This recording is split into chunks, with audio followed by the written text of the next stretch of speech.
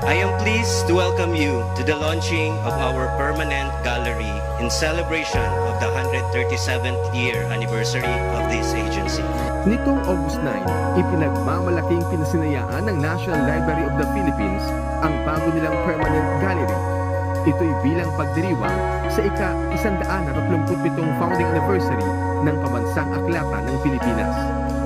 Ayon sa National Library of the Philippines, ang event na ito ay okasyon kung saan ina-unveil o ipinakita ang koleksyon ng higit 80 natatangi at original documents, mga aklat at manuscripts na sumasalamin sa mayaman at makasaysayang kultura ng bansa. Ayon sa National Library of the Philippines, ang event na ito ay okasyon kung saan ina-unveil o ipinakita ang koleksyon ng higit 80 natatangi at original documents, mga aklat at manuscripts na sumasalamin sa mayaman at makasaysayang kultura ng bansa.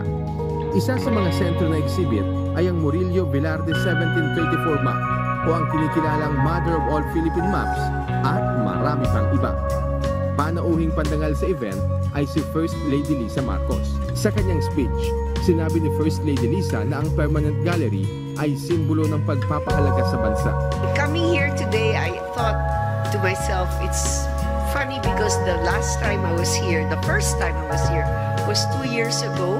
I remember because part of my duties as First Lady is to fix a room, 1 room a week in Malacanang. We went to a room and it was full of books, cultural books, heritage books, law books. There were 66,000 books all in all. Some of them were in the floor, some of them were aman.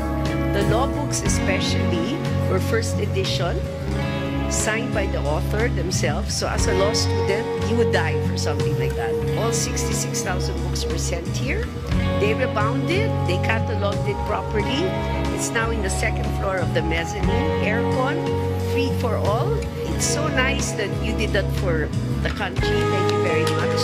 The point I'm trying to make is education comes in many forms, whether online books, hard copy books, first edition books, newspapers, fake news, not necessarily, but on that happy note, congratulations, sama-sama tayo, babangon.